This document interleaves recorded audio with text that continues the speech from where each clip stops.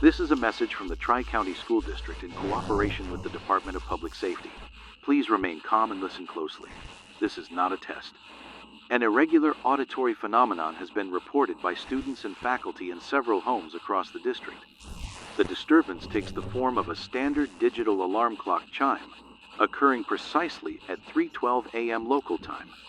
Initial reports indicate the clocks were not set the night before, and in many cases were found unplugged.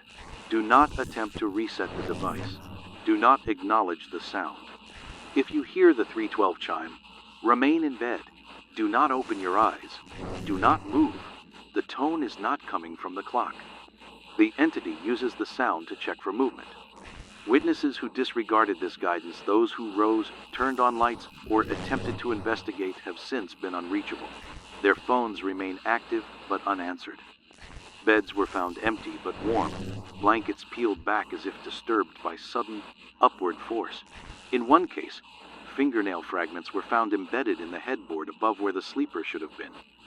There were no signs of forced entry, only the clock, still ringing, even without power. We have now confirmed 14 disappearances since the first event. Security footage from one affected home shows a static bedroom until 3:12 a.m.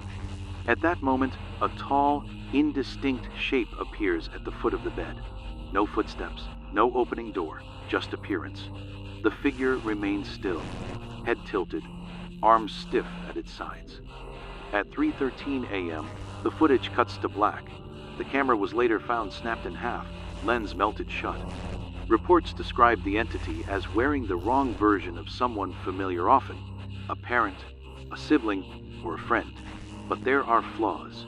Joints that bend too far, eyes too wide and wet, mouth slightly open, not breathing, just waiting. It does not speak. It does not need to.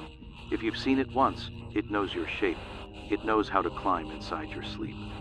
One child who survived, Emma L., age 9, was found under her bed at dawn, rocking and humming the 3:12 tone perfectly in pitch. She has not spoken since. When shown her alarm clock, she bit into it until her gums bled. Her parents report she now refuses to sleep. She says, "It gets closer when I dream." The entity appears bound to acknowledgement. Eye contact, spoken words, or movement in response to the alarm gives it permission. It is testing the rules. Every night, it arrives earlier. Last night, one report claimed to hear the chime at 3:09. It is adapting. Until further notice, the school district advises all families to remove or disable any non-essential alarm clocks. Tape over digital displays.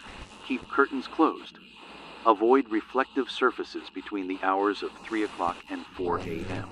If the tone begins, do not move, not even to silence it. Let it ring. Let it look. This message will repeat every hour until further notice.